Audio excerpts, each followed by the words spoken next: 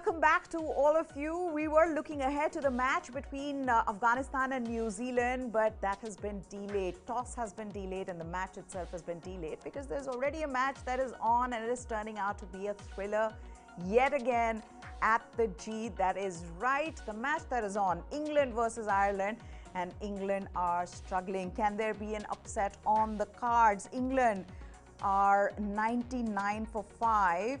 Chasing 158 against Ireland. At the moment for England, Moeen Ali batting along with Liam Livingstone, who we know can finish games for them, and they've got a very good batting lineup. Sam Curran's yet to come. Chris Wokes can bat. So you're looking at England who can do this, but will they be able to? Ashok Malhotra is here with me. We're also going to just take a reaction from him on the match that is going on, sir. This is what we were talking about, that any of these teams can cause an upset, and I know that England are in a bit of trouble, but they also have a brilliant batting lineup. I mean, they've got Moeen Ali and Livingstone who can finish this game. How are you seeing this game right now? See, I would give a lot of credit to Ireland. The way they started the inning in the first 6 overs, 59 on the board. So they took English bowlers on. And then the way they bowled, they swung the ball around, which English bowlers could not. They were using the pace, especially Mark Wood. Wokes was all over the place. They were struggling. They were not as effective as Irish bowlers. And they have pinned them back. Sure, they can still win from where Moeen Ali and Livingstone are two guys who can turn things around on its head. But now they have to take chances. These are two guys who take chances. And these are big grounds, mind you. It's not easy to clear them. But it is not over till it is not over. And they must be hoping. Comes the hour, comes the man kind of a thing, comes the men, if I may say. So we'll have to wait and watch. So that is what is lacking in these minnows. They don't have the belief to win. But against England, Irish always have the belief to win, and they have already upset them in a couple of World Cups. So it might be third time on again. So I think that they've played magnificently. Up till now, they have outclassed it. Be it batting, be it bowling. That's right, sir. Also credit to the way Balbirnie batted for them. I mean, 62 of 47. And actually at one point, it seemed like they would get to 170, 180 because I think they were 102 for 2 and they were really looking good. England were doing everything to try to get a wicket and they were unable to, and then suddenly Mark Wood changed everything. See, more than Mark Wood, it was the run out of Tucker. The moment he got run out, that is what, then the new guy came in, Tracker, he got out the first ball or second ball. So that turned the tide in England's favour.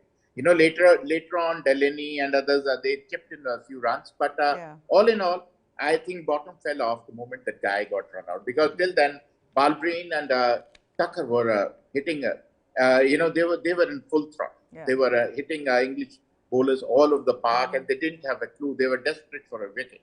And how it came, but it helped their cause and they restricted them. I thought 159, they have restricted them.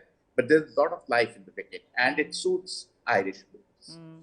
Okay, let's move on to New Zealand versus Afghanistan, sir. New Zealand, they made a statement with the first game, the way they beat Australia by 89 runs. And Finn Allen announced himself on the World Cup stage saying that, you know what, this could be my first World Cup, but, you've seen Brendan McCullum do this. Now you can see me do this because that's how wonderful an innings his was, the way he batted. It really took the attack to Australia. How confident would New Zealand be given the kind of win they had against Australia going into this game?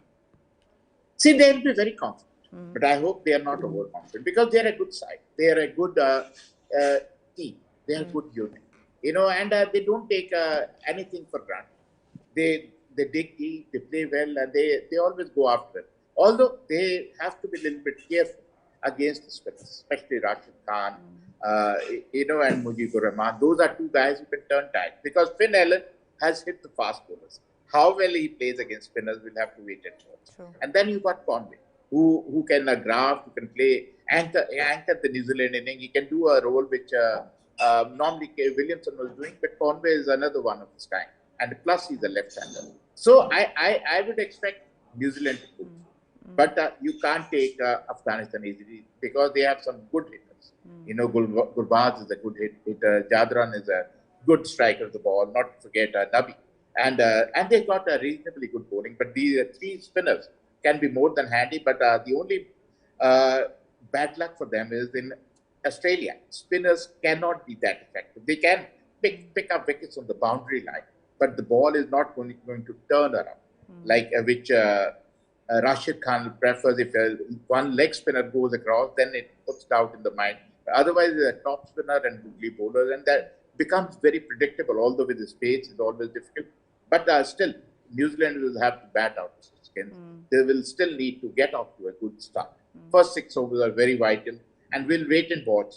Is Finn Allen is a guy whom millions of rupees will be spent during IPL. Yeah, the other good news for New Zealand is that Daryl Mitchell is back. So he was injured. He had broken his finger. It looks like he will be back in this game. So that just strengthens their batting lineup. But so you're right about the contrast that we see in their bowling attacks. In, you know, New Zealand out and out pace bowling attack, and Afghanistan always dependent on their spin trio. But having said that, the batting itself for Afghanistan, sir, you know, you again said this earlier on that that the grounds, you know, how big is the MCG? Will the six hitting Gurbaz as well as Zazai be able to hit those sixes here at this ground as effectively as they do everywhere else in the world? And I think they depend so much on their openers that once they're out, it's difficult. Though Zadran is somebody who's been very good for them. See, Zazai has been found wanting. You know, we have heard about his big hitting and the big lad. But somehow the ball, which are dark side, creates problems for him. Because he's an offside player, he doesn't play on the onside. So most of the side, they bowl wicket to wicket, brings the ball back in, and that is where he's found wanting. Because so that is the way the problem is. The left, right, sure, but they're not getting off to good start, especially Zazai not performing. You know, Gurbaz, yes, but as we talked about, bigger crowds. Yeah. But a power play, he can take advantage of. He's one of those guys. He's a ferocious striker of the ball. But then it will depend, if they get a good start. Then they can challenge New Zealand. But if they lose early wickets and if New Zealand wins the toss, put them in, then definitely I think it will favor New Zealand team because they got a lot of bowlers who have got pace, who have got movement, and can be more than effective against this Afghanistan batting, who are bred on Asian. Okay, and the news from Melbourne is that the match has been delayed by rain. So England are 105 for 5, and now this impacts the next match as well. So if this is delayed, the next one will be to, I don't know whether this kind of scheduling is okay, sir. I mean, you've got 7 venues. Is it okay to have 2 matches at the same venue where one match and, you know, delay impacts the other match? See, normally when you have a tournament of this magnitude, you normally end up playing 2 matches, you know, and it suits the television also, because it's a worldwide, televised worldwide. So they have this kind of a thing also, because somewhere the broadcasters also come and play. You know it better than me. So they also come and play. So they must have taken this a note, and that is why, because carrying all these equipment from one place to other is also an effort. I know they have chartered planes, but still. Yeah, but I'm sure they have different teams. I mean, they have different set of, you know, they've got a group that, you know, is going to do one half of it and the other. I mean, I don't know. Why I'm saying this is that now 2 matches can be washed out. You don't want that to happen in a World Cup. Yeah, I know. But the thing is, then if we go that way, then they shouldn't have organized in Australia, with knowing that rain will follow all over. You know, today it is Perth, tomorrow it can be MCG, tomorrow it can be SGG. If it is a rainy season in Australia, then World Cup is in danger. Already one game, South Africa, I feel sorry for them. Yeah. They were walking all the way and ended up, you know, losing all the points. So definitely, and this kind of a critical game, if 109 for 5, and if it is rained off, Irish will feel they have been robbed. in daylight. So that is why, and whereas English might think we would have still pulled it off, and they both will be with no points at all. Yeah. So that is what you're saying. You have a very, very valid point, but I think they must have decided about it. They must have sat with the broadcasters, and they must have taken this decision. Yeah, I'm sure cost was a consideration with the, with all that goes into broadcasting these matches, sir. But yesterday I was watching a match, and a match where I was saying one thing about what you had said in the show yesterday about a certain Marcus Stoinis. How brilliant was he yesterday? He blew the opposition. And I was talking about this to my husband. I said, you know what? What has he done? Do you remember one good innings from him? And I said, Ashok sir called him overrated. And just then he started hitting. And my goodness, the way he was hitting the ball all over the park. How impressed were you by Marcus Stoinis yesterday? See, he's capable of playing that shot, Yeah. those kind of knocks. But one knock in a year, one knock in a tournament, maybe. I don't know. I'll be surprised if he plays two, three, four knocks back to back. Then he'll impress me. Not one knock in a tournament. And that too against Sri Lanka. Spinners, okay. But when it comes against fast bowling, he'll be found wanting. Believe you me. I'm not saying I've been watching him for 5, 7, 10 years. They're not consistent enough to be at international level. Be it Stoinis, be it Maxwell. Both of them. They play small cameos. Yesterday was one of game. They are the ones who can play 17 ball 50, 18 ball 50. I get it, sir. But I tell you why it was so impressive was that everybody else from both sides was struggling. The pitch was bouncy. There was pace in it. You saw how hard Glenn Maxwell got hit. See, and then yeah, please go ahead. I've got no doubt about his talent. Talent is one thing. Scoring runs is consistency is another. The consistency is another. Why Virat Kohli is Virat? Because he's consistent. Yeah. Any format of the game, it's consistent. Yeah. That is why Virat is Virat and Stoinis is still Stoinis. Absolutely. So that is he played a great knock. When you play a knock like that, because he's got bat in hand, he's got all the talent in the world, but only thing lacking is consistency and temperament. Right. So we'll wait and watch if he can, have 2, 3, 4 knocks on a trot. That is what makes a good player. That is what makes a great player who can turn things around for his team. True. And talking about consistency, Aaron Finch himself acknowledged that was a poor innings from him. This is a problem that they'll have to face throughout this World Cup. With Aaron Finch just, struggling, and to see him struggle to finish the game, struggling like that, there's no solution inside. Yeah, surely. I mean, believe you me, they will be found more. If David Warner does not fire, Mitchell Marsh does not fire, they will be found wanted sooner than later. There'll be better bowling. There'll be better bowling. And Finch, his feet are not moving at all. He's just playing with his hands, playing with his memory. He's not the same Aaron Finch who burst on the international scene, scored tons of runs. Yes. He's no more that Aaron Finch. So that is why I'm not very critical. But the people whom I've been watching cricket. I've got nothing else to do. I watch cricket all the time. So when you see this kind of a thing, if I've been captain the other side, I'll be definitely targeting these guys. And if we pick up early wickets, have Warner and Mitchell Marsh early, then we know we are in, and we will get them out. So that is what it is. And Aaron Finch, I would say, first 6 overs, he swings his batter out. If he hits, he hits. But otherwise, he tends to get out. More out of 10 times, 7 times out of 10, he tends to get out than hit. Oh my goodness. Ireland have won the match, sir, by 5 runs. Duckworth Lewis has come into play. I'm just seeing this. England have lost. That is right. Ireland have won this game by 5 runs. Yeah, Duckworth Lewis has come in play after 5 overs. Duckworth Lewis automatically comes in play. And the way they got off to a start, England, Irish had pegged them back. They were not giving them runs. They were under pressure. And it's a great win for Ireland. And once again, they showed you can't take these minnows lightly. Sir, also I think this Duckworth-Lewis method, as I've seen, team chasing has an advantage only till it doesn't lose wickets.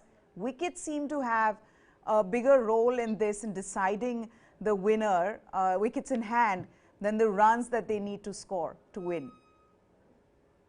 Yeah, Neha, and funnily, nobody understands that. Yeah. None of the coaches, none of the captains. Whenever the rain comes, they pass on a paper where it is written a sheet that if you lose one more wicket, the run rate will go this much. This many runs you will need. All these things. I've seen. I was coach in Bangladesh and couldn't understand a thing what they were saying. It is only a piece of paper on where they have done it. How it is done, why it is done, nobody knows. It's still a mystery. Only Duckworth and Lewis know how they do it. Yeah. But as you said, they lost too many wickets. So the moment they lose wickets, the runs keeps mounting. Yeah, that is what has happened to Team England. Anyway, so this is the first upset of the tournament. Ireland beating England by Duckworth and Lewis. And sir, this just opens up the group, doesn't it? I mean, Australia have lost, England have lost.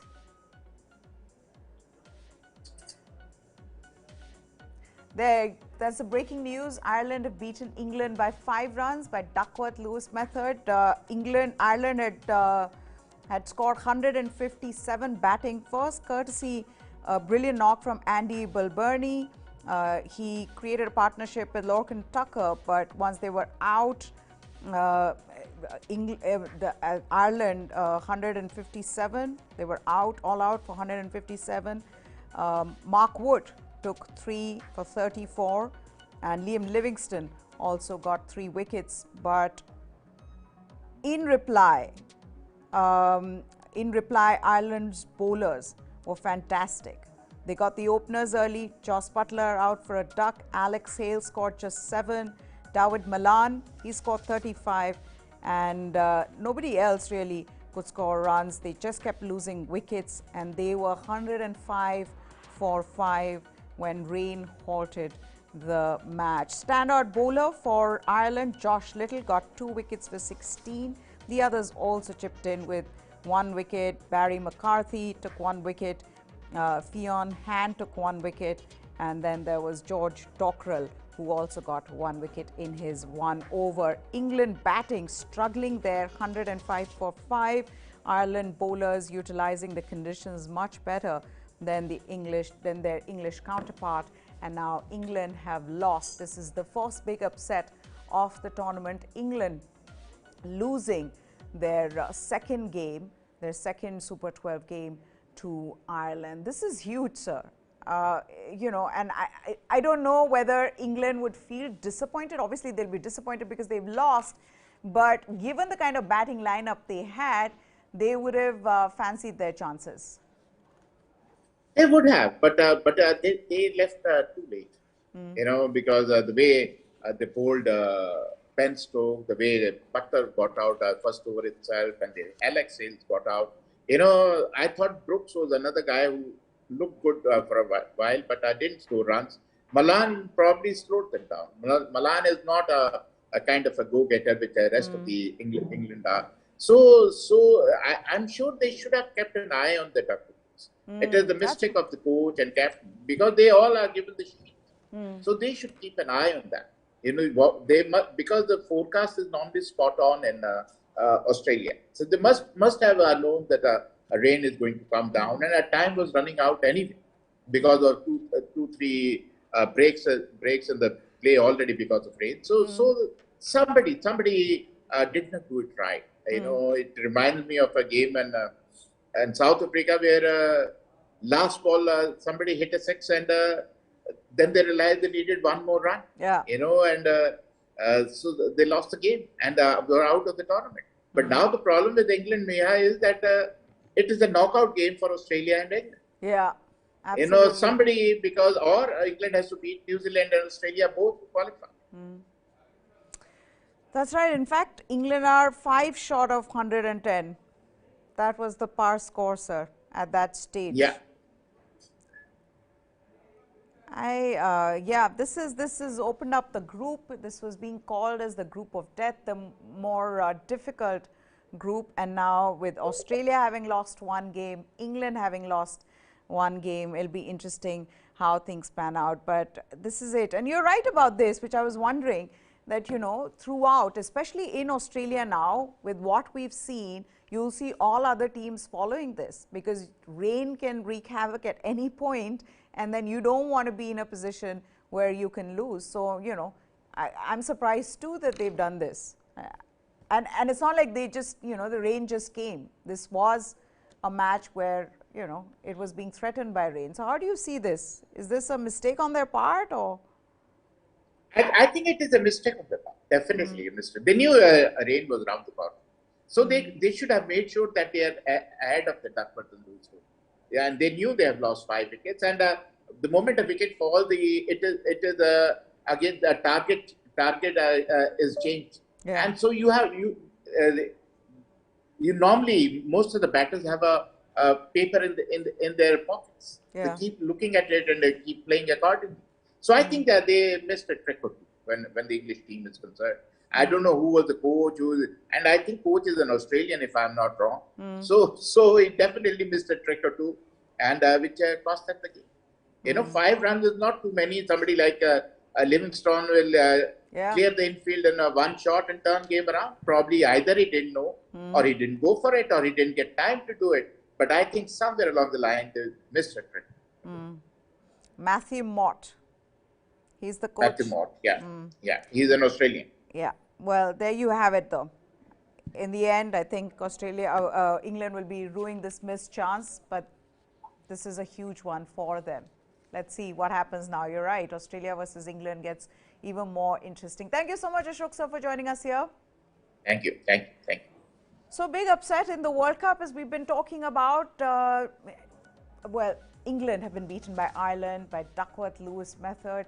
And this means that this has opened up that group after Australia lost one game against New Zealand, and now England have lost to Ireland. This is a big upset in the World Cup. News9 Sports is what you need to subscribe to for all the latest. That's it from us. Goodbye. Thanks for watching.